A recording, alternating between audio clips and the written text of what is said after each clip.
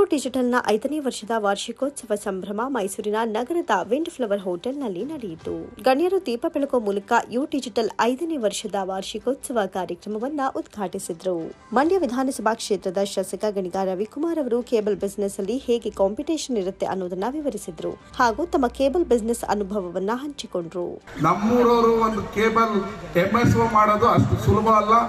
ರಾಕ್ಷಸರ ಮಧ್ಯೆ ರಾವಣರ ಮಧ್ಯೆ ರಾಮ ಇದ್ದ ಹಾಗೆ ಮಂಜು ಕೇಬಲ್ ಎಂಎಸ್ಒನ ಮಾಡಿ 5 ಲಕ್ಷ ಬಾಕ್ಸ್ ಅನ್ನ ಕರ್ನಾಟಕದಲ್ಲಿ ಫೀಡ್ ಮಾಡಿದ್ದಾರೆ ಅಂದ್ರೆ ಅದಂತೂ ಸಣ್ಣ ಮಾತಲ್ಲ.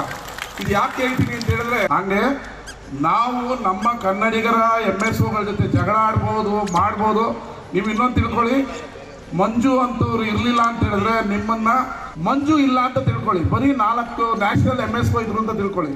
ಡೆಲ್ಲಿಲಿ ಮೀಟಿಂಗ್ ಮಾಡಿ 500 ರೂಪಾಯಿ ಮಾಡ್ತಾರೆ. ನೀವು ಯಾರನ್ನ ಮೀಟ್ ಆಗಕ್ಕಾಗಲ್ಲ, ಸಿಒ ಮೀಟ್ ಆಗಕ್ಕಾಗಲ್ಲ. ಇಲ್ಲಿ ಯಾವನ ಬಡಪಾಯಿ ಅವ್ರದ್ದು ಏಜೆಂಟ್ ಇರ್ತಾನೆ ಅವ್ನು ಪಡ್ಕೊಂಡು ಏನು ಮಾಡ್ತೀರಾ, ನೀವು 500 ರೂಪಾಯಿ ಕೊಡಲೇಬೇಕಾಗತ್ತೆ. ಅದೇ ಕರ್ನಾಟಕದ ಎಂಎಸ್ಒ ಇದ್ರೆ ನೀವು ಇವ್ನಿಟ್ಟು ಅವ್ನು ಎದುರಿಸ್ಬೋದು. ನಾನು ಇಲ್ಲಾಂದ್ರೆ ಯು ಡಿಜಿಟಲ್ಗೆ ಹೋಗ್ತೀನಿ ಅಂತ. ಸಂಸದ ಯದುವೀರ್ ಕೃಷ್ಣದತ್ತ ಚಾಮರಾಜ ಒಡೆಯರ್ ಯು ಡಿಜಿಟಲ್ನ 5 ವರ್ಷದ ವಾರ್ಷಿಕೋತ್ಸವದ ಸಂಭ್ರಮದಲ್ಲಿ ಪಾಲ್ಗೊಂಡು ಶುಭ ಕೋರಿದ್ರು. ಕೃತಜ್ಞತೆಗಳು. ಈ ಯು ಡಿಜಿಟಲ್ 5ನೇ ವಾರ್ಷಿಕೋತ್ಸವ ಸಂದರ್ಭದಲ್ಲಿ ವಿಶೇಷವಾದ ಒಂದು ಶುಭಾಶಯಗಳನ್ನು ಸಲ್ಲಿಸುತ್ತೇನೆ.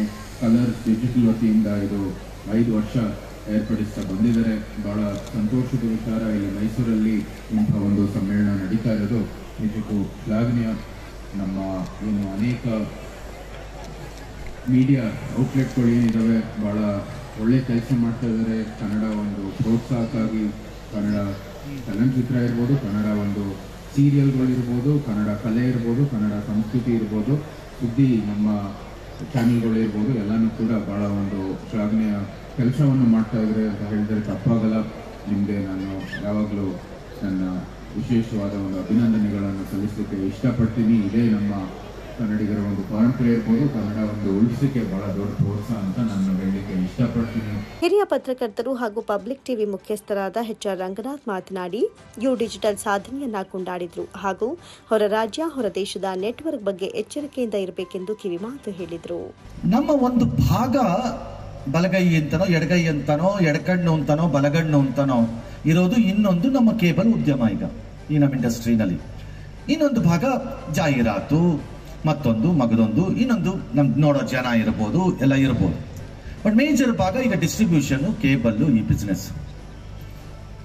ಬಿಸ್ನೆಸ್ ವಿಚಾರದಲ್ಲೂ 15 ವರ್ಷದ ಹಿಂದೆ ನನ್ನ ಹತ್ರ ಆಪರೇಟರ್ಗಳು ಬರುವಾಗ ಅದು ಯಾರೋ ನಿಮ್ಮ MSOಗಳು ಹಾಕಬೇಕು, ಆ MSOಗಳು ಆಗೋ ಟೈಮಲ್ಲಿ ಕೆಲವರು ಅಪ್ಲಿಕೇಶನ್ ಹಾಕೋ ಟೈಮಲ್ಲಿ ಆಗ್ತಿದ್ದೀವಿ, ಕೆಲವು ಗೋಜಲ್ಗಳಿಗೋಸ್ಕರ ನನ್ನೇನು ಕೇಳಕ್ಕೋ ಮಾಡಕ್ಕೋ ಬರ್ತಿದ್ದಾಗಲ್ಲ ಆ ಉತ್ಸಾಹ ನೋಡಿದ್ರೆ ದುಡ್ಡು ಹಾಕಕ್ಕೆ ಒಬ್ಬೊಬ್ಬ ಎಷ್ಟು ಖುಷಿ ಆಗ್ತಿತ್ತು. ಏನು ಉತ್ಸಾಹ ದುಡ್ಡು ಹಾಕಕ್ಕೆ. ಏನ್ ಚೈನಾ ಬಗ್ಗೆ ಮಾತಾಡಿದ್ದು, ಬಾಕ್ಸ್ ತರೋದು ಹೆಂಗೆ ಪ್ಲಾಟ್ ಮಾಡಿದ್ದು, ಬಾಕ್ಸ್ ಸೀಲ್ ಮಾಡೋದು ಹೆಂಗೆ ಅಂತ ನೋಡೋದು, ಎಷ್ಟು ಉತ್ಸಾಹ, ಎಷ್ಟು ದುಡ್ಡು ಹಾಕೋಕ್ಕೆ ತಯಾರಿ.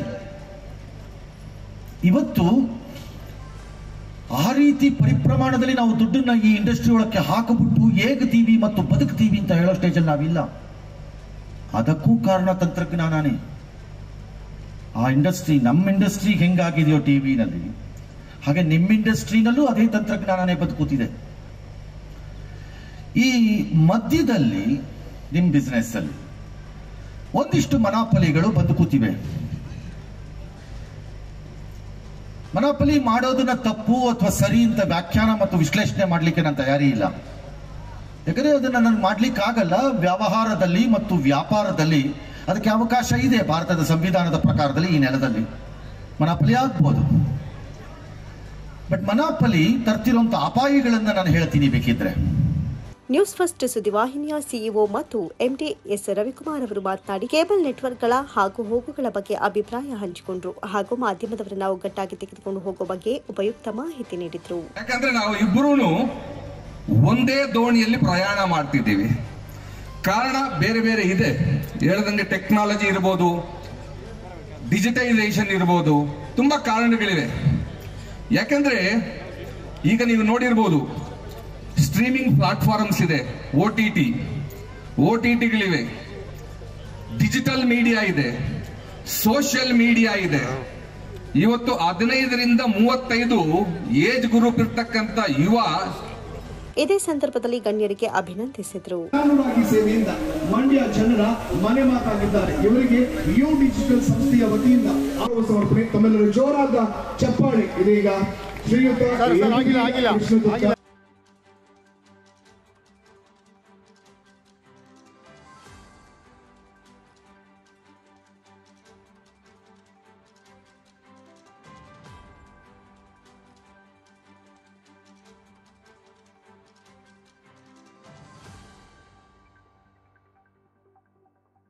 ಕಾರ್ಯಕ್ರಮದಲ್ಲಿ ಮಾಧ್ಯಮ ಕ್ಷೇತ್ರದ ಹಿರಿಯರು, ರಾಜಕೀಯ ಗಣ್ಯರು ಹಾಗೂ ಅನೇಕ ಗಣ್ಯರು ಪಾಲ್ಗೊಂಡಿದ್ದರು.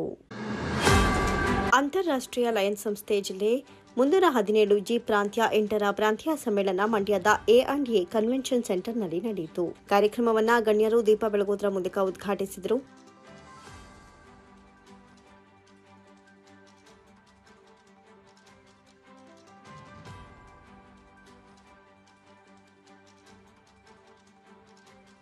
ಪ್ರಖ್ಯಾತ ಅಂತಾರಾಷ್ಟ್ರೀಯ ತರಬೇತುದಾರರು ಮತ್ತು ರಾಷ್ಟ್ರೀಯ ಕವಿ ಪುರಸ್ಕೃತರು ಹಾಗೂ ಇಂದಿರಾ ಪ್ರಿಯದರ್ಶಿನಿ ಪ್ರಶಸ್ತಿ ಪುರಸ್ಕೃತರಾದ R.A. ಚೇತನ್ ರಾಮ್ ನಾನು ಯಾರು ಎಂಬ ಘೋಷವಾಕ್ಯದ ಕುರಿತು ಪ್ರಮುಖ ಭಾಷಣ ಮಾಡಿದರು. ನಾನಾರು ಎನ್ನುವುದು ನನಗೊಬ್ಬನಿಗೆ ಗೊತ್ತಿದೆ. ನನ್ನ ದೈಹಿಕ, ಬೌದ್ಧಿಕ ನಡಾವಳಿಕೆಯ ವ್ಯಕ್ತಿತ್ವದ ಸಮಾಗಮ ನಾನು. ಜ್ಞಾನ, ಕೌಶಲ, ಆತ್ಮಬಲ, ಪರಿಸರದ ಬೆಂಬಲ ಮಹಾಮೂರ್ತಿ ನಾನು. ಜ್ಞಾನ, ವಿಜ್ಞಾನ, ತಂತ್ರಜ್ಞಾನ, ಸುಜ್ಞಾನಗಳ ಮಹಾಚೇತನ ನಾನು. ಇಷ್ಟೆಲ್ಲ ಆದರೂ ನಾನು ಯಾರು ಅಂತ ಉತ್ತರ ಹೇಳೋಕ್ಕೆ ನನ್ನ ಕೈಲಾಗಲ್ಲ. 61 ವರ್ಷ ನನಗೆ. 40 ವರ್ಷದಿಂದ ತರಬೇತಾರ. 10 ಲಕ್ಷ ಮಕ್ಕಳಿಗೆ ಓದೋದನ್ನ ಹೇಳ್ಕೊಟ್ಟಿದ್ದೀನಿ. 10 ಲಕ್ಷ ದೊಡ್ಡವರಿಗೆ ಟ್ರೈನಿಂಗ್ ಮಾಡಿದ್ದೀನಿ. 20 ಲಕ್ಷ ಜನಕ್ಕೆ ಮಾತನಾಡಿರೋನು ಈ ಪ್ರಪಂಚ, ದೇಶ, ರಾಜ್ಯದಲ್ಲಿ. 240 ತಾಲೂಕು ಹೋಗಿದ್ದೀನಿ. ಅನಂತಮೂರ್ತಿ ಜೈನವ್ರ ಮಗನಾಗಿದ್ದೀನಿ. ಶಾರದೆಯ ಗಂಡನಾಗಿದ್ದೀನಿ. ತೇಜಸ್ವಿನ ಅಪ್ಪನಾಗಿದ್ದೀನಿ. ನಮ್ಮ ಪಕ್ಕದ ಮನೆಯವ್ರಿಗೆ ಪಕ್ಕದ ಮನೆಯವನಾಗಿದ್ದೀನಿ. ಏನೇನೋ ಆಗಿದ್ದೀನಿ. ನಾನಾರು ಗೊತ್ತಿಲ್ಲ. ಯಾಕೆಂದ್ರೆ ನೀವು ನನ್ನೆದುರಿಗೆ ಇವತ್ತು ಪರಿಚಯವಿಲ್ಲದವರು ನನ್ನೆದುರಿಗೆ ಬಂದು ನಿಂತಾಗ ನಾನು ಏನನ್ನು 1 ನಿಮಿಷ, 2 ನಿಮಿಷ, 3 ನಿಮಿಷ ನಿಮ್ಮ ಜೊತೆಲಿದ್ದಾಗ ಏನನ್ನು ನಾನು ಕೊಡುತ್ತೇನೋ ಆ ಸಂಭ್ರಮದಲ್ಲಿ ನೀವು ಏನು ಸ್ವೀಕರಿಸುತ್ತೀರೋ ಆ ಸ್ವೀಕರಿಸಿದ ನೀವು ಅಷ್ಟು ಟೈಮಲ್ಲಿ ಇವನು ಅವನು ಎಂದು ಪರಿಗಣಿಸುತ್ತಾನಲ್ಲ, ಅವನೇ ನಾನು. ಜಿಲ್ಲಾ ಸಂಪುಟ ಸಲಹೆಗಾರರಾದ ಲಯನ್ ಕೆ ದೇವೇಗೌಡ ಮಾತನಾಡಿ, ಜಗತ್ತಿನ ದೊಡ್ಡ ಸ್ವಯಂ ಸೇವಾ ಸಂಸ್ಥೆಯಾಗಿರುವ ಲಯನ್ಸ್ ಬಾಂಧವ್ಯ ವೃದ್ಧಿಗೆ ಸಂಕಲ್ಪ ಮಾಡಿದೆ. ಜನಸೇವೆಯಿಂದ ಸೌಹಾರ್ದ ಸಂಬಂಧ ಬೆಳೆಯುತ್ತದೆ. ಸರ್ವರ ಸೇವೆಗೆ ಲಯನ್ಸ್ ಬದ್ಧವಾಗಿದೆ ಎಂದರು.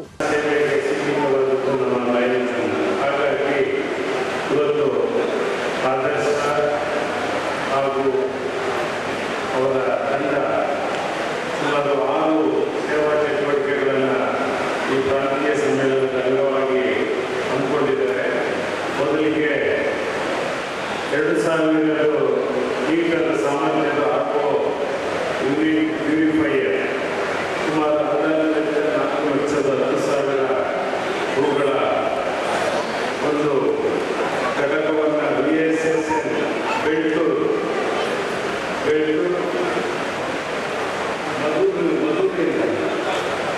ಮತ್ತು ಇದು ಆದರ್ಶ ಚಿಪ್ ಪ್ರೈವೇಟ್ ಲಿಮಿಟೆಡ್ ಮದ್ದೂರು ಇವರಿಂದ ಮಾಡ್ತಾ ಇರೋದ್ರಿಂದ ಫಲಾನುಭವಿಗಳು ದಯವಿಟ್ಟು ಸಾಂಕೇತಿಕವಾದಂಥ ಇದನ್ನು ಪಡ್ಕೊಳ್ಬೇಕು. ಪಿಡಿಜಿ ಮತ್ತು multiple council chairman doctor N Krishnegowda ಮಾತನಾಡಿ, ಎಸ್ಪಿ ಆದರ್ಶ್ ಅವರು ಉತ್ತಮವಾದ ಪ್ರಾಂತೀಯ ಸಮ್ಮೇಳನವನ್ನು ಆಯೋಜನೆ ಮಾಡಿದ್ದಾರೆ. ಲಯನ್ಸ್ ಸಂಸ್ಥೆಯ ಆಡಳಿತ ವೈಖರಿ, ಲಯನ್ಸ್ ಸಂಸ್ಥೆಗಳಿಂದ ಮಾಡ್ತಾ ಇರುವ ಸೇವಾ ಕಾರ್ಯಗಳ ಅನಾವರಣ ಮಾಡುವುದಕ್ಕಾಗಿ ಪ್ರಾಂತೀಯ ಸಮ್ಮೇಳನ ಮಾಡಲಾಗುವುದು ಎಂದರು.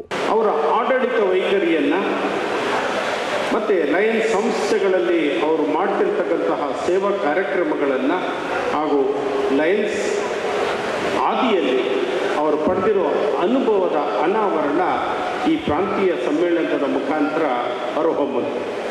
ಈ ದಿನ SP ಆದರ್ಶ್ ಅವರು ಉತ್ತಮವಾದಂತಹ ಪ್ರಾಂತೀಯ ಸಮ್ಮೇಳನವನ್ನು ಆಯೋಜನೆ ಮಾಡಿದ್ದಾರೆ.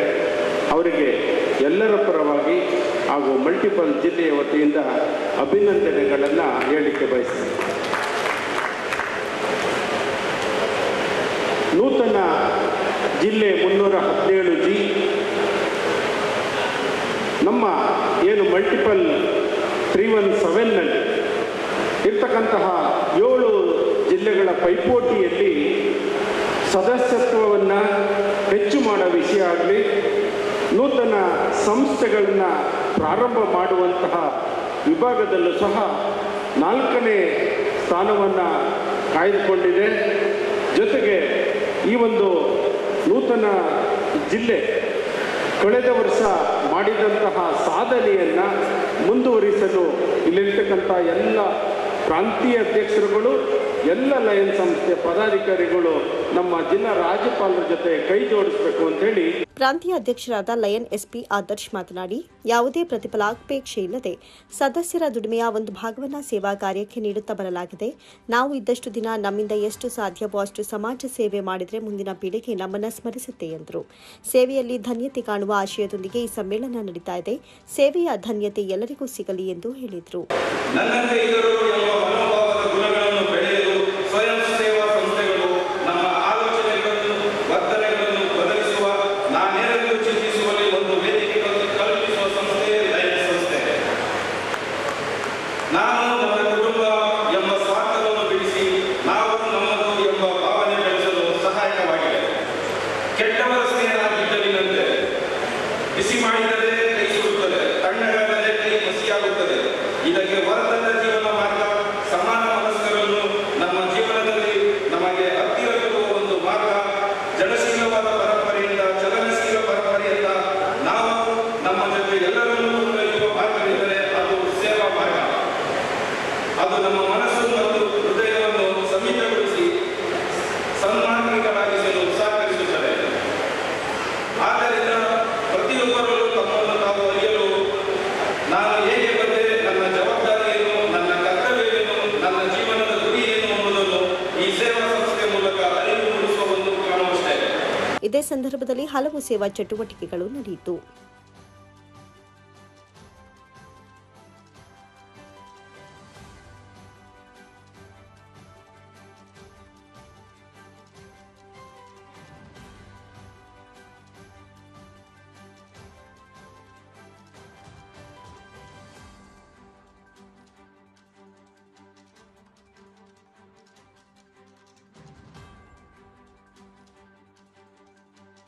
ಕಾರ್ಯಕ್ರಮದಲ್ಲಿ ಜಿಲ್ಲಾ ರಾಜ್ಯಪಾಲರಾದ Lion N Subrahmanya, Lion Mathidevakumar, Lion CD Krishna, Lion doctor GA Ramesh, Lion KS Sunil Kumar, Lion Devarasegowda, Lion Chandrashekar, Lion Suresha, Lion Jagadish, Lion Kempegowda, Lion Revanna, Lion Ningaraju ಸೇರಿದಂತೆ ಇನ್ನಿತರರು ಹಾಜರಿದ್ದರು. ಜಿಲ್ಲಾಡಳಿತ, ಜಿಲ್ಲಾ ಪಂಚಾಯತ್ ಮಂಡ್ಯ ಹಾಗೂ ತಾಲೂಕು ಪಂಚಾಯತ್ ಮಂಡ್ಯ, ಸಂಜೀವಿನಿ ಕರ್ನಾಟಕ ರಾಜ್ಯ ಗ್ರಾಮೀಣ ಜೀವನೋಪಾಯ ಸಂವರ್ಧನಾ ಸಂಸ್ಥೆ ಬೆಂಗಳೂರು, ಮಹಿಳಾ ಮತ್ತು ಮಕ್ಕಳ ಅಭಿವೃದ್ಧಿ ಇಲಾಖೆ ಹಾಗೂ ಸಹ ಇಲಾಖೆಗಳ ಸಹಯೋಗದೊಂದಿಗೆ ಅಂತಾರಾಷ್ಟ್ರೀಯ ಮಹಿಳಾ ದಿನಾಚರಣೆ ಮಂಡ್ಯ ನಗರದಲ್ಲಿರುವ ಕಲಾಮಂದಿರದಲ್ಲಿ ನಡೆಯಿತು. ಕಾರ್ಯಕ್ರಮವನ್ನು ಗಣ್ಯರು ದೀಪ ಬೆಳಗೋದ್ರ ಮೂಲಕ ಉದ್ಘಾಟಿಸಿದರು.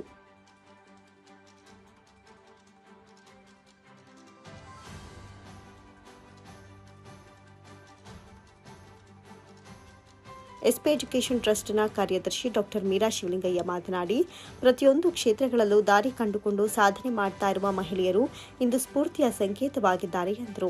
ಮಹಿಳೆಯರು ಒಂದಾಗಿ ಸಾಮಾಜಿಕ ಪಿಡುಗುಗಳಾದ ವರದಕ್ಷಿಣೆ, ಬಾಲ್ಯ ವಿವಾಹ ಮತ್ತು ಹೆಣ್ಣು ಭ್ರೂಣ ಹತ್ಯೆ ವಿರುದ್ಧ ಹೋರಾಡಬೇಕು. ಮಹಿಳೆಯರು ಒತ್ತಾಸೆಯಾಗಿ ನಿಲ್ಲಬೇಕು. ಆಗಿದ್ದಾಗ ಮಾತ್ರ ಮಹಿಳೆಯರ ಮೇಲಿನ ದೌರ್ಜನ್ಯಗಳನ್ನು ತಡೆಗಟ್ಟಲು ಸಾಧ್ಯ ಅಂತ ಮಹಿಳೆಯರಿಗೆ ಕಿವಿಮಾತು ಹೇಳಿದರು. ಸುಮ್ಮನೆ ಏನೋ ಹಬ್ಬದ ಥರ ಸುಮ್ಮನೆ ಒಳ್ಳೆ ಊಟ ಮತ್ತೆ ಎಲ್ಲರೂ ಜೊತೆ ಇರೋಣ ಅಂತ ಮಾಡ್ತಾ ಇಲ್ಲ. ಅದಕ್ಕೆ ಕೆಲವು ಉದ್ದೇಶಗಳನ್ನು ಇಟ್ಟುಕೊಂಡು ನಾವು ಈ ಮಹಿಳಾ ದಿನಾಚರಣೆಯನ್ನು ಮಾಡ್ತಾ ಇದ್ದೇವೆ. ಸುಮಾರು 1908 ಮಾರ್ಚ್ 8ರಂದು ಪ್ರಾರಂಭವಾದಂತಹ ಈ ಒಂದು ಐಡಿಯಾ ಕಾನ್ಸೆಪ್ಟ್ ಅಂತ ಏನಿದೆ ಅದು ಈಗ ಎಲ್ಲ ದೇಶಗಳಲ್ಲಿ ವ್ಯಾಪಿಸಿಕೊಂಡಿದೆ. ಹಾಗೂ ಇದರ ಅವಶ್ಯಕತೆಯನ್ನು ಕೂಡ ನಾವು ನಮ್ಮೆಲ್ಲರನ್ನೂ ಕೂಡ ಮಾಡ್ಕೊಳ್ತಾ ಇದ್ದೇವೆ. ಹೇಗೆ ನಾವು ಸ್ವಾತಂತ್ರ್ಯ ನೀಡಲನ್ನು ನೆನೆಸ್ಕೊಂಡಿವೋ ಹಾಗೆ ನಮ್ಮ ಈ ಒಂದು ಮಹಿಳೆಯರ ಉದ್ಧಾರಕ್ಕಾಗಿ ಹೋರಾಡಿದಂತಹ ಅನೇಕ ನಮ್ಮ ಮುಖಂಡರನ್ನು ನಾವು ಇವತ್ತು ನೆನೆಸ್ಕೋಬೇಕು. ವೇದಗಳ ಕಾಲದಿಂದಲೂ ಮಹಿಳೆಯರು ಮಹಿಳೆಯರ ಒಂದು ಸಮುದಾಯವನ್ನು ಹೆಚ್ಚು ಮುಂದೆ ತರಬೇಕು ಅಂತ ಹೋರಾಟಗಳಿದ್ದಾರೆ. ವೇದಗಳ ಕಾಲದಲ್ಲೂ ಮಹಿಳೆಯರಿಗೆ ತುಂಬ ಒಂದು ಗೌರವ ಹಾಗೂ ಅವರಿಗೆ ಎಲ್ಲ ರೀತಿಯ ಸ್ವಾತಂತ್ರ್ಯವನ್ನು ಕೊಟ್ಟಿದ್ದು ನಮಗೆ ಗೊತ್ತು. ಅವರಿಗೂ ಕೂಡ ಸಂಪೂರ್ಣವಾದ ಸಮಾನ ಶಿಕ್ಷಣವನ್ನು ಕೊಡ್ತಾ ಇದ್ರು. ಗಾರ್ಗಿ, ಮೈತ್ರೇಯಿ ಇವರೆಲ್ಲರೂ ಕೂಡ ನಾವು ಸಾಕಷ್ಟು ಕೇಳಿದ್ದೀವಿ. ಅನಸೂಯ, ಲೋಪಾಮುದ್ರ ಇವರೆಲ್ಲರೂ ಕೂಡ ಒಳ್ಳೆಯ ಶಿಕ್ಷಣವನ್ನು ಪಡ್ಕೊಂಡಿದ್ದರು. ಶಿಕ್ಷಣವನ್ನು ಪಡ್ಕೊಂಡ್ಮೇಲೆ ಅವರು ಮದುವೆ ಆಗಿ ಗೃಹಿಣಿಯರಾಗುವುದಾಗಿತ್ತು ಅಥವಾ ಮದುವೆ ಆಗಲೇ ಅವರು ಬ್ರಹ್ಮವಾದಿನಿಯರಾಗಿ ಈ ಒಂದು ವಿದ್ಯೆಯನ್ನೇ ಅವರು ಎದುರಿಗೆ ಪ್ರಚಾರ ಮಾಡಬಹುದಾಗಿತ್ತು. ಆ ರೀತಿಯ ಒಂದು ಸ್ವಾತಂತ್ರ್ಯ ಕೂಡ ಅವಾಗ ಇತ್ತು ನಮ್ಮಲ್ಲಿ. ಸೊ ಅಷ್ಟೊಂದು ಒಂದು ಮುಂದುವರಿದ ಕಾಲವಾಗಿತ್ತು ಮಹಿಳೆಯರಿಗೆ ಆ ಕಾಲದಲ್ಲಿದ್ದ. ಆದರೆ ಅನೇಕ ರೀತಿಯಲ್ಲಿ ಆಕ್ರಮಣಗಳಾಗಿ ಭಾರತದ ಮೇಲೆ ಭಾರತದ ಸ್ತ್ರೀಯರು ಹಿಂದೆ ಸರಿಬೇಕಾಯಿತು. ಕರ್ನಾಟಕ ರಾಜ್ಯ ಪ್ರಾಥಮಿಕ ಶಾಲಾ ಶಿಕ್ಷಕರ ಸಂಘದ ರಾಜ್ಯಾಧ್ಯಕ್ಷ ಕೆ ನಾಗೇಶ್ ಮಾತನಾಡಿ, ನಮ್ಮ ಮಂಡ್ಯ ಜಿಲ್ಲೆಯ ಪ್ರತಿ ತಾಲೂಕಿನಲ್ಲೂ ಅಂತಾರಾಷ್ಟ್ರೀಯ ಮಹಿಳಾ ದಿನಾಚರಣೆಯನ್ನು ಆಚರಿಸ್ತಾ ಇರೋದು ಹೆಮ್ಮೆಯ ಸಂಗತಿಯಾಗಿದೆ ಎಂದರು. ಮಹಿಳೆಯರು ಇಂದು ನಾವು ಯಾರಿಗೂ ಕಮ್ಮಿ ಇಲ್ಲ ಎನ್ನುವ ಹಾಗೆ ಎಲ್ಲ ಕ್ಷೇತ್ರದಲ್ಲೂ ಸರಿಸಮಾನರಾಗಿ ಪುರುಷರನ್ನ ಮೀರಿಸುವಂತೆ ಹೆಸರು ಮಾಡ್ತಾ ಇರುವುದೇ ದೇಶವೇ ಮೆಚ್ಚುವಂತದ್ದು ಅಂತ ಅಭಿಪ್ರಾಯ ವ್ಯಕ್ತಪಡಿಸಿದರು. ಅಮೆರಿಕದ ನ್ಯೂಯಾರ್ಕ್ನಲ್ಲಿ ಸಮಾನತೆಗೋಸ್ಕರ ನಾವು ಎಲ್ಲರನ್ನೂ ಸರಿಸಮಾನಾಗಿದ್ದೀವಿ, ನಮಗೆ ಎಲ್ಲ ಹಕ್ಕುಗಳಿಂದ ಪುರುಷಗಳಿದ್ದಂತೆ ಎಲ್ಲ ಹಕ್ಕುಗಳನ್ನು ನಮಗೂ ಕೊಡಬೇಕು, ಮತದಾನದ ಹಕ್ಕು ಕೊಡಬೇಕು, ಸಮಾನತೆ ಹಕ್ಕು ಕೊಡಬೇಕು, ಬದುಕುವ ಹಕ್ಕನ್ನು ಕೊಡಬೇಕು ಅಂತ ಮೊಟ್ಟ ಮೊದಲಿಗೆ 1909ರಲ್ಲಿ ನ್ಯೂಯಾರ್ಕ್ ನಗರದಲ್ಲಿ ಒಂದು ದೊಡ್ಡ ಪ್ರತಿಭಟನೆ ನಡೀತದೆ, ಹೆಣ್ಮಕ್ಳು ಪ್ರತಿಭಟನೆ. ಅವತ್ತಿಂದ ಸುಮಾರು 40 ವರ್ಷಗಳ ಕಾಲ ಪ್ರತಿಭಟನೆಯನ್ನು ಮಾಡಿ ಹಕ್ಕು ಬಾಧ್ಯತೆಯನ್ನು ಮಾಡಿ ಆ ಅಂತಾರಾಷ್ಟ್ರೀಯ ಮಟ್ಟದಲ್ಲಿ ಚರ್ಚೆಯಾಗಿ ನಂತರ ಅಂತಾರಾಷ್ಟ್ರೀಯ ಮಹಿಳಾ ದಿನಾಚರಣೆಯನ್ನು ವಿದೇಶದಲ್ಲಿ ಮಾಡಕ್ಕೆ ಪ್ರಾರಂಭ ಮಾಡ್ತಾರೆ. ನಮ್ಮ ದೇಶದಲ್ಲೇನಲ್ಲ. ಅವರ ಹಕ್ಕು ಬಾಧ್ಯತೆಗೋಸ್ಕರ, ಸಮಾನತೆಗೋಸ್ಕರ ಸಮಾಜದಲ್ಲಿ ನಾವು ಯಾರು ಕಡಿಮೆ ಇಲ್ಲ, ನಾವು ದುಡಿತೀವಿ, ದುಡ್ಡು ತೋರಿಸ್ತೀವಿ ಅಂತಕ್ಕಂಥ ಒಂದು ಸ್ಲೋಗನ್ ಇಟ್ಕೊಂಡು ಇಡೀ ಪ್ರಪಂಚಾದ್ಯಂತ ಮಹಿಳೆಯರು ಸ್ಟ್ರೈಕನ್ನು ಮಾಡಿ ಅಂತಾರಾಷ್ಟ್ರೀಯ ಮಹಿಳಾ ದಿನಾಚರಣೆಯನ್ನು ಇವತ್ತು ಇಡೀ ಪ್ರಪಂಚದಲ್ಲಿ ಸಂಭ್ರಮದಿಂದ ಆಚರಣೆ ಮಾಡ್ತಾರೆ. ಕಾರ್ಯಕ್ರಮದಲ್ಲಿ ತಹಶೀಲ್ದಾರ್ ಶಿವಕುಮಾರ್ ಬಿರಾದಾರ್, ಗ್ಯಾರಂಟಿ ಯೋಜನೆಯ ಅಧ್ಯಕ್ಷರಾದ ರುದ್ರಪ್ಪ, ತಾಲೂಕು ಪಂಚಾಯತ್ನ ಕಾರ್ಯನಿರ್ವಾಹಕ ಅಧಿಕಾರಿಗಳಾದ ಎಂಎಸ್ ವೀಣಾ, ಶಿಶು ಅಭಿವೃದ್ಧಿ ಯೋಜನಾಧಿಕಾರಿಗಳಾದ ಕುಮಾರಸ್ವಾಮಿ ಹಾಗೂ ಅಂಬಿಕಾ ಸೇರಿದಂತೆ ಇನ್ನಿತರರು ಉಪಸ್ಥಿತರಿದ್ದರು. ಕಸ್ತೂರಿ ಸಿರಿಗನ್ನಡ ವೇದಿಕೆ ರಾಜ್ಯ ಘಟಕ ಆಯೋಜಿಸಿದ್ದ ಅಂತಾರಾಷ್ಟ್ರೀಯ ಮಹಿಳಾ ದಿನಾಚರಣೆ ಅಂಗವಾಗಿ ನಾರಿ ಶಕ್ತಿ ಪ್ರಶಸ್ತಿ ಪ್ರದಾನ ಕಾರ್ಯಕ್ರಮ ನಗರದಲ್ಲಿರುವ ಸೇವಾಕಿರಣ ಸಭಾಂಗಣದಲ್ಲಿ ನಡೆಯಿತು. ಕಾರ್ಯಕ್ರಮವನ್ನು ಕನ್ನಡ ಸಾಹಿತ್ಯ ಪರಿಷತ್ತಿನ ನಗರ ಘಟಕ ಅಧ್ಯಕ್ಷೆ ಸಿಜೆ ಸುಜಾತ ಕೃಷ್ಣ ಉದ್ಘಾಟಿಸಿದರು.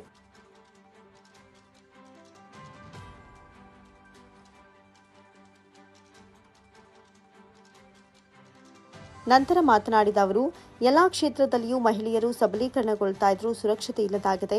ಸೂಕ್ತ ಭದ್ರತೆ, ಭಯಭೀತಿ ಇಲ್ಲದ ರಕ್ಷಣೆ ಕಾಣದಾಗಿದೆ. ಅಡುಗೆ ಮನೆಯಿಂದ ಅಂತರಿಕ್ಷದವರೆಗೆ ಸಾಧನೆ ತೋರಿದರೂ ಸುರಕ್ಷತೆ ಇಲ್ಲದಾಗಿದೆ. ಹಿಂದೆ ಮನೆ ಹೊಸಿಲು ದಾಟಿದ್ರೆ ಮಹಿಳೆಯರಿಗೆ ರಕ್ಷಣೆ ಇರ್ತಾ ಇರಲಿಲ್ಲ. ಅಂಥದ್ದೇ ಪರಿಸ್ಥಿತಿಯಲ್ಲಿ ಮಹಿಳೆಯರು ಜೀವ ಕೈಯಲ್ಲಿಡಿದು ಸಾಗಬೇಕಿದೆ, ಜೀವನ ನಡೆಸಬೇಕಾಗಿದೆ, ಸಾಧನೆಯನ್ನು ಮಾಡಬೇಕಿದೆ. ಸ್ವಾತಂತ್ರ್ಯ, ಕಾನೂನು ಇದ್ದರೂ ಕಾರ್ಯರೂಪಕ್ಕೆ ಬರ್ತಾ ಇಲ್ಲ ಎಂದರು. ಎಲ್ಲ ಅಡುಗೆ ಮನೆಯಿಂದ ಅಂತರಿಕ್ಷದವರೆಗೂ ಹೋಗಿದ್ದೀವಿ. ಅದರಲ್ಲಿ ಯಾವುದೂ ಮಾತಿಲ್ಲ. ಎಲ್ಲ ಉನ್ನತ ಹುದ್ದೆಗಳನ್ನು ಅಲಂಕರಿಸಿದ್ದಾರೆ ಮಹಿಳೆಯರು ಇಂದಿನ ಈ ಪೀಳಿಗೆ. ಆದರೆ ಸುರಕ್ಷತೆ ಇದೆಯಾ ಅಂತನ್ನೋದನ್ನು ನಾವು ಮೊದಲು ಅದನ್ನು ಯೋಚನೆ ಮಾಡಲೇ ಇಲ್ಲ. ಮೊದಲು ಹಿಂದಿನ ಕಾಲದಲ್ಲಿ ಹೊಸ ಬಿಟ್ಟು ಆಚೆ ಹೋದ್ರೆ ಹೆಣ್ಮಕ್ಳು ಮನೆ ಬರುವವರೆಗೂ ಕಾಯ್ತಾ ಇದ್ವಿ ಅಂತೇಳಿ ರಕ್ಷಣೆ ಇಲ್ಲ ಅಂತೇಳಿ. ಬಟ್ ಇವತ್ತು ಅದೇ ಪರಿಸ್ಥಿತಿ ಇದೆ ಅಂತದನ್ನು ನಾವು ಅದನ್ನು ಮೊದಲು ತಿಳ್ಕೋಬೇಕು. ಮನೆಯಿಂದ ಆಚೆ ಹೋಗಿ ಸ್ವಾತಂತ್ರ್ಯ ಇದೆ, ನಮಗೆ ಪ್ರತಿಯೊಂದೂ ಕೊಟ್ಟಿದೆ, ಸರ್ಕಾರ ಕೊಟ್ಟಿದೆ, ಮನೆಯಲ್ಲಿ ಪುರುಷರು ಕೊಟ್ಟಿದ್ದಾರೆ. ಒಂದು ಯಶಸ್ವಿ ಮಹಿಳೆ ಹಿಂದೆ ಪುರುಷರಿದ್ದಾರೆ ಅಂತನ್ನೋದನ್ನು ನಾವು ಒಪ್ಕೋಬೇಕು. ಯಾಕೆಂತಂದರೆ ಅವ್ರ ಸಹಕಾರ ಸಹಾಯ ಇಲ್ಲ, ನಾವೆಲ್ಲರೂ ಇಲ್ಲಿ ಬರೋದಕ್ಕೂ ಸಾಧ್ಯವಿಲ್ಲ. ಅವ್ರ ಸಹಕಾರ ಸಹಾಯ ಇರುತ್ತೆ. ಹಾಗಾಗಿ ಮಹಿಳೆಯರಿಗೆ ರಕ್ಷಣೆ ಇದೆಯಾ ಅಂತನ್ನೋದನ್ನು ಮೊದಲು ನಾವು ಯೋಚನೆ ಮಾಡಬೇಕು. ರಕ್ಷಣೆ ಬೇಕು ಅಂತಂದರೆ ನಾವೇನು ಸರ್ಕಾರಕ್ಕೆ ಒತ್ತಾಯ ಮಾಡಬೇಕು ಮತ್ತು ನಾವು ಸಂಘಟಿತರಾಗಬೇಕು. ರಕ್ಷಣೆಗೆ ನಾವು ಎಲ್ಲಾದರೂ ತೊಂದರೆ ಆದಾಗ ಎಷ್ಟೊಂದು ಅತ್ಯಾಚಾರಗಳು ಇಂಥದ್ದೆಲ್ಲ ನಡೆಯುವಂಥ ಸಂದರ್ಭದಲ್ಲಿ ನಾವೆಲ್ಲ ಮೂಕರಾಗೇ ಇರ್ತೀವಿ. ಎಷ್ಟೊಂದು ಭಾಷಣಗಳು ಮಾಡ್ತೀವಿ, ಎಷ್ಟೊಂದು ಪೇಪರ್ನೆಲ್ಲ ಓದ್ತೀವಿ, ಎಲ್ಲ ಮಾಡ್ತೀವಿ. ಆದರೆ ನಾವು ಇದನ್ನು ನಾವು ಹೋರಾಟ ಮಾಡ್ತಾ ಇದ್ದೀವಿ. ಇದ್ರ ಬಗ್ಗೆ ಯಾರಾದ್ರೂ ಎಲ್ಲ ನಾವು ಬೆಳೆದಿದ್ದೀವಿ, ಮುಂದುವರೆದಿದ್ದೀವಿ, ಸ್ವತಂತ್ರ ಸಿಕ್ಕಿದೆ, ಎಲ್ಲನೂ ಮಾತಾಡ್ತಾನೆ ಇದ್ದೀವಿ. ಆದರೆ ನಮ್ಗೆ ರಕ್ಷಣೆ ಇಲ್ಲ. ರಕ್ಷಣೆ ಬೇಕಾದ ಸಮಯದಲ್ಲಿ ನಾವು ಎಲ್ಲರೂ ಒಗ್ಗಟ್ಟಾಗಿ ಸಂಘಟಿತರಾಗಿ ಹೋರಾಟ ಮಾಡಬೇಕು. ಅದು ಬರೀ ಹೋರಾಟ ಮಾಡೋದಲ್ಲ, ಅದ್ರ ಜೊತೆಗೆ ನಾವು ಜಯವನ್ನು ಸಹ ಗಳಿಸ್ಕೋಬೇಕು. ಅದಕ್ಕೆ ನ್ಯಾಯವನ್ನು ಒದಗಿಸುವಂಥ ಕೆಲಸವನ್ನು ನಾವು ಮಾಡಬೇಕು ಅನ್ನುವಂಥ ಮಾತನ್ನ ಹೇಳ್ತಾ, ಇದೇ ಸಂದರ್ಭದಲ್ಲಿ ವಿವಿಧ ಕ್ಷೇತ್ರದಲ್ಲಿ ಸಾಧನೆ ಮಾಡುತ್ತಿರುವ ಮಹಿಳೆಯರಿಗೆ ನಾರಿ ಶಕ್ತಿ ಪ್ರಶಸ್ತಿ ಪ್ರದಾನ ಮಾಡಿ ಗೌರವಿಸಲಾಯಿತು.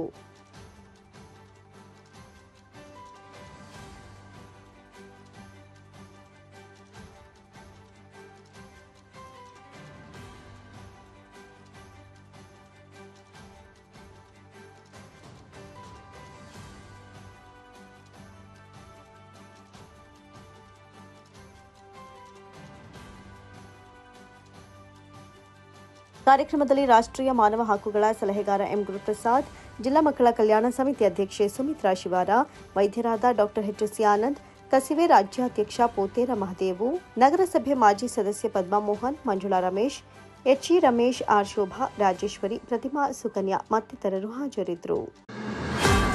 ಮದ್ದೂರು ತಾಲೂಕಿನ ಒಕ್ಕಲಿಗರ ಸಂಘದ ವತಿಯಿಂದ ಕುಣಿಗಲ್ ತಾಲೂಕಿನ ದೊಡ್ಡಕೊಪ್ಪಲು ಗ್ರಾಮದ ಐಎಎಸ್ ಅಧಿಕಾರಿ ದಿವಂಗತ ಡಿಕೆ ರವಿ ಅವರ ನಿವಾಸಕ್ಕೆ ಕೆಂಗೇರಿ ವಿಶ್ವ ಒಕ್ಕಲಿಗರ ಮಠದ ಪೀಠಾಧ್ಯಕ್ಷರಾದ ಶ್ರೀ ಶ್ರೀ ನಿಶ್ಚಲಾನಂದನಾಥ ಸ್ವಾಮಿ ಹಾಗೂ ಮದ್ದೂರು ತಾಲೂಕು ಒಕ್ಕಲಿಗರ ಸಂಘದ ಅಧ್ಯಕ್ಷ ಶಿವಲಿಂಗೇಗೌಡ ಭೇಟಿ ನೀಡಿ ಡಿಕೆ ರವಿ ಅವರ ತಾಯಿ ಅನಾರೋಗ್ಯಕ್ಕೆ ಒಳಗಾಗಿರುವ ಹಿನ್ನೆಲೆ ಅವರ ಚಿಕಿತ್ಸೆಗೆಂದು ತಾಲೂಕು ಒಕ್ಕಲಿಗರ ಸಂಘದ ವತಿಯಿಂದ ಆರ್ಥಿಕ ಸಹಾಯ ನೀಡಿ ಆರೋಗ್ಯ ಚೇತರಿಸಿಕೊಳ್ಳುವಂತೆ ತಿಳಿಸಿದರು.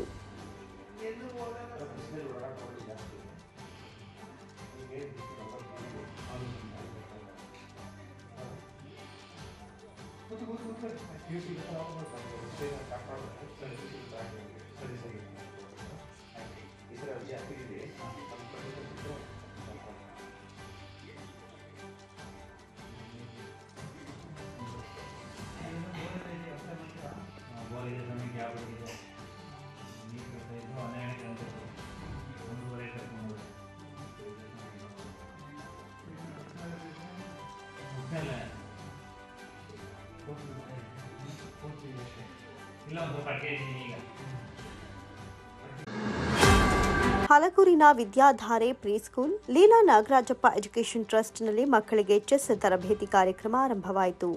ಸಂಸ್ಥಾಪಕ ಅಧ್ಯಕ್ಷರಾದ ಅಶ್ವಿನ್ ಕುಮಾರ್ ಮಾತನಾಡ್ತಾ, ಗ್ರಾಮೀಣ ಪ್ರದೇಶದ ಮಕ್ಕಳಿಗೆ ಕ್ರೀಡಾಂಗಣದಲ್ಲಿ ಹಾಗೂ ವಿದ್ಯಾರಂಗದಲ್ಲಿ ಅವಕಾಶಗಳು ಕಡಿಮೆಯಾದರೆ ನಗರ ಪ್ರದೇಶಗಳಲ್ಲಿ ಎಲ್ಲಾ ಸೌಲಭ್ಯಗಳು ಸಿಗೋದ್ರಿಂದ ಅಲ್ಲಿನ ಮಕ್ಕಳಿಗೆ ಅವಕಾಶ ಹೆಚ್ಚಿರುತ್ತೆ. ಆದ್ದರಿಂದ ಗ್ರಾಮೀಣ ಭಾಗದ ಮಕ್ಕಳಿಗೂ ಎಲ್ಲ ಕ್ಷೇತ್ರದಲ್ಲೂ ಅವಕಾಶಗಳು ಸಿಗಬೇಕೆಂಬ ಗುರಿ ಇಟ್ಟುಕೊಂಡು ಮುಂದಿನ ಶೈಕ್ಷಣಿಕ ವರ್ಷದಲ್ಲಿ ನಮ್ಮ ಶಾಲೆಯಲ್ಲಿ ಕ್ರೀಡೆಗಳಿಗೂ ಆದ್ಯತೆ ನೀಡಲು ಹಲಗೂರಿನಲ್ಲಿ ಸ್ಪೋರ್ಟ್ಸ್ ಅಕಾಡೆಮಿಯನ್ನು ಪ್ರಾರಂಭಿಸ್ತಾ ಇರುವುದಾಗಿ ತಿಳಿಸಿದರು. ಇವತ್ತು ಸಂಸ್ಥೆದು ಗ್ರಾಜ್ಯುಯೇಷನ್ ಡೇನೇ ಇತ್ತು. ಅದ್ರ ಜೊತೆಗೆ ಈಗ ನಾವು ನಿಮ್ಮೆಲ್ಲರಿಗೂ ಗೊತ್ತಿರೋ ಹಾಗೆ ನಮ್ಮದು ಒಂದು ವಿದ್ಯಾಧಾರೆ ಇಂಟರ್ನ್ಯಾಷನಲ್ ಸ್ಕೂಲ್ ಅಂತ ಹೇಳಿ ನೆಕ್ಸ್ಟ್ ಶೈಕ್ಷಣಿಕ ವರ್ಷದಿಂದ ಶುರುವಾಗ್ತಾ ಇದೆ. ಆ ಉದ್ದೇಶ ಮಕ್ಕಳ ಸರ್ವತೋಮುಖ ಬೆಳವಣಿಗೆ ಆಗಬೇಕು ಅಂತೇಳಿ. ಈಗ ಹಳ್ಳಿಯ ಮಕ್ಕಳಿಗೆ ಅವಕಾಶಗಳು ಕಡಿಮೆ. ಸಿಟಿಲಿರುವಂಥ ಮಕ್ಕಳುಗಳಿಗೆ ಎಲ್ಲ ಥರ ಕ್ರೀಡೆಗಳಿರ್ಬೋದು, ನಾಲೆಜ್ ರಿಲೇಟೆಡ್ ಇರ್ಬೋದು, ಅಥವಾ ಕ್ವಿಜ್ ಕಾರ್ಯಕ್ರಮಗಳಿರ್ಬೋದು, ಅಥವಾ ಆಟಗಳ ಕಾರ್ಯಕ್ರಮ ಇದಿರ್ಬೋದು, ಕ್ರೀಡೆಗಳಿರ್ಬೋದು, ಎಲ್ಲ ಥರದ ಫೀಲ್ಡ್ಗಳಲ್ಲೂ ಅವರಿಗೆ ಅವಕಾಶಗಳು ಸಿಗುತ್ತೆ. ಬಟ್ ಹಳ್ಳಿಯ ಮಕ್ಕಳಿಗೆ ಅಂಥ ಅವಕಾಶಗಳು ಸಿಕ್ಕಾಪಟ್ಟೆ ಕಡಿಮೆ ಇದೆ. ಇದನ್ನು ಗುರಿಯಾಗಿ ಇರಿಸ್ಕೊಂಡು ನಮ್ಮ ಹಳ್ಳಿಯ ಮಕ್ಕಳಿಗೂ ಕೂಡ ಎಲ್ಲ ತರಹದ ಅವಕಾಶಗಳು ಸಿಗಬೇಕು. ಅವರು ಬರೀ ಶಿಕ್ಷಣದಲ್ಲೇ ಅಲ್ಲ, ಬೇರೆ ವಿವಿಧ ಕ್ಷೇತ್ರಗಳಲ್ಲೂ ಕೂಡ ಒಂದು ದೊಡ್ಡ ಮಟ್ಟಕ್ಕೆ ಬೆಳಿಬೇಕು ಅನ್ನೋ ಉದ್ದೇಶ ಇಟ್ಕೊಂಡು ವಿದ್ಯಾಧಾರೆ ಇಂಟರ್ನ್ಯಾಷನಲ್ ಸ್ಕೂಲ್ ಜೊತೆಗೆ ಒಂದು ಸ್ಪೋರ್ಟ್ಸ್ ಅಕಾಡೆಮಿಯನ್ನು ತೆಗಿತಾ ಇದ್ದೀವಿ. ಅದರಲ್ಲಿ ಸ್ವಿಮ್ಮಿಂಗ್ ಪೂಲ್ ಇರ್ಬೋದು, ಬಾಸ್ಕೆಟ್ಬಾಲ್ ಇರ್ಬೋದು, ಟೆನ್ನಿಸ್ ಕೋರ್ಟ್ ಇರ್ಬೋದು, ಎಲ್ಲ ಕ್ಷೇತ್ರದ ಕ್ರೀಡೆಗಳು ಕೂಡ ಅಲ್ಲಿ ಕೆಲಸ ಶುರುವಾಗಿದೆ. ಮಂಡ್ಯ ರಾಯಲ್ ಚೆಸ್ ಅಕಾಡೆಮಿ ವೃತ್ತಿಪರ ಚೆಸ್ ತರಬೇತಿದಾರ ಚೇತನ್ ಅವರು ಮಾತನಾಡ್ತಾ, ತಮ್ಮ ಚದುರಂಗದ ಆಟವನ್ನು ಮೊದಲು ಅಭ್ಯಾಸವಾಗಿ ಆಡ್ತಾ ಇದ್ದು ನಂತರ ಅದನ್ನು ವೃತ್ತಿಯಾಗಿ ಜೀವನದಲ್ಲಿ ಅಳವಡಿಸಿಕೊಂಡು ಬೇರೆಯವರಿಗೆ ಅದನ್ನು ಕಲಿಸುವ ತರಗತಿಗಳನ್ನು ನಡೆಸುವುದರ ಬಗ್ಗೆ ತಿಳಿಸುತ್ತಾ, ಚದುರಂಗ ಒಂದು ಬೌದ್ಧಿಕ ಶಕ್ತಿಗೆ ಸವಾಲನ್ನು ನೀಡುವ ಕ್ರೀಡೆ. ಇದರಿಂದ ವಿದ್ಯಾರ್ಥಿಗಳಲ್ಲಿ ಮೊದಲಿಗೆ ಜೀವನದಲ್ಲಿ ನಿರ್ಧಾರಗಳನ್ನು ಹೇಗೆ ತೆಗೆದುಕೊಳ್ಬೇಕು ಎಂಬುದು ಕಲಿಯಲು ಸಹಾಯ ಮಾಡುತ್ತೆ. 4ನೇ ವಯಸ್ಸಿನಿಂದ ಮಕ್ಕಳಿಗೆ ಚೆಸ್ ಕಲಿಸೋದ್ರಿಂದ ಏಕಾಗ್ರತೆ, ಗ್ರಹಣ ಶಕ್ತಿ ನಿರ್ಧರಿಸುವ ಶಕ್ತಿ ಬರುತ್ತೆ ಎಂದರು. ನಾನು ಚಿಕ್ಕ ವಯಸ್ಸಿಂದ ಚೆಸ್ ಆಡ್ತಾ ಇದ್ದೆ, ಆದರೆ ಅದನ್ನ ಪ್ರೊಫೆಷನಲ್ ಆಗಿ ಕಂಟಿನ್ಯೂ ಮಾಡಿದ್ದು ನಾನು ಸರ್ಕಾರಿ ಮಹಾವಿದ್ಯಾಲಯ ಮಂಡ್ಯದಲ್ಲಿ ನಾನು ಡಿಗ್ರಿ ಸ್ಟಾರ್ಟ್ ಮಾಡಿದಾಗ ಅಲ್ಲಿಂದ ಕಾಲೇಜ್ ಟೀಮಲ್ಲಿ ಆಡೋದಕ್ಕೆ ಸ್ಟಾರ್ಟ್ ಮಾಡಿದೆ. ಅದಾದಮೇಲೆ ಪ್ರೊಫೆಷ್ನಲ್ ಚೆಸ್ ಪ್ಲೇಯರ್ ಆಗಿ ತದನಂತರ 2017ರಿಂದ ಇಲ್ಲಿವರೆಗೂ ಕೋಚಿಂಗ್ ಮಾಡ್ಕೊಂಡು ಬಂದಿದ್ದೀನಿ. ಜೊತೆಗೆ ಒಳ್ಳೊಳ್ಳೆ ಮಕ್ಕಳುಗಳು ಕೂಡ ನ್ಯಾಷನಲ್ಸ್ವರೆಗೂ ರೀಚ್ ಮಾಡಿದ್ದಾರೆ ನಮ್ಮ ಇನ್ಸ್ಟಿಟ್ಯೂಟಿಂದ. ಸೊ ಇದು ನಮ್ಮ ಇನ್ಸ್ಟಿಟ್ಯೂಟ್ ಬಗ್ಗೆ ಒಂದು ಸಣ್ಣ ಮಾಹಿತಿ. ಹಾಗೂ ಇವತ್ತು ಮೊದಲನೇದಾಗಿ ಪೋಷಕರು ಯಾಕೆ ಮಕ್ಕಳನ್ನ ಚೆಸ್ಗೆ ಹಾಕಬೇಕು ಅನ್ನೋದ್ರ ಬಗ್ಗೆ ಒಂದು 2 ನಿಮಿಷ ನಾನು ಮಾತಾಡ್ತೀನಿ. ಇವತ್ತು ಬಹಳ ತುಂಬ ಮುಖ್ಯ ಪ್ರತಿಯೊಬ್ಬರಿಗೂ ಜೀವನದಲ್ಲಿ ಏನಂತ ಹೇಳಿದ್ರೆ ಡಿಸಿಷನ್ ಮೇಕಿಂಗ್, ಅಂದರೆ ನಿರ್ಧಾರ ಯಾವ ರೀತಿ ತಗೊಳ್ಬೇಕು ಅನ್ನೋದು ಭಾಳ ಮುಖ್ಯ, ಚಿಕ್ಕ ಮಕ್ಕಳಿಂದ ಹಿಡಿದು ದೊಡ್ಡವ್ರವರೆಗೂ. ಸೊ ಯಾರಿಗಾದ್ರೂ ಚೆಸ್ ಗೊತ್ತಿದೆಯಾ? ಇಲ್ಲಿರೋ ಪೇರೆಂಟ್ಸ್ ಇರ್ಬೋದು, ಯಾರಿಗಾದ್ರೂ ಗೊತ್ತಿದೆಯಾ?